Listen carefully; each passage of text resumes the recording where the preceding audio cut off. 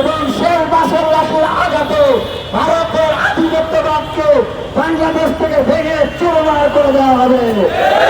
আজকের এই সমাবেশ থেকে ভারত এবং ভারতের এদেশীয় দেশের প্রতি আহ্বান জানাবো, জুলাই থেকে শিক্ষা নাও।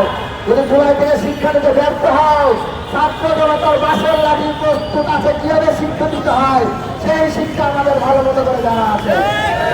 আপনাদের সাথে বন্ধুগণ, 12 তারিখের যে নির্বাচন, সেই নির্বাচনে বিদেশি চক্ষুকে উপড়ে ফেলার আহ্বান জানিয়ে, যে কোনো কালো চক্ষুকে উপড়ে ফেলার জন্য প্রস্তুত থাকার আহ্বান জানিয়ে আমাদের আজকের এই কর্মসূচি এখানে দিচ্ছি। সবাইকে ধন্যবাদ। ইনকিলাব জিন্দাবাদ, বাংলাদেশ চিরজীবন।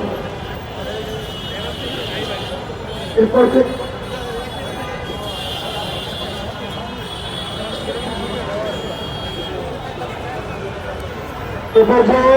একজন ইউনাইটেড নেশন সোসাইটি রিপ্রেজেন্টেটিভ আবেদ কাসেমকে সালামের মাধ্যমে আমাদের সমর্থন কমিটি অনুরোধ করছি।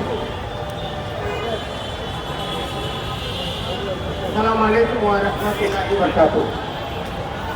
আমাদের যে কালকে যে নির্যাতন হয়েছে, এটা একটা মানুষের কোনো কাজ নয়, এবং এদেশে যারা সরকার আমাদের রয়েছে তাদের কোনো ভূমিকা নেই।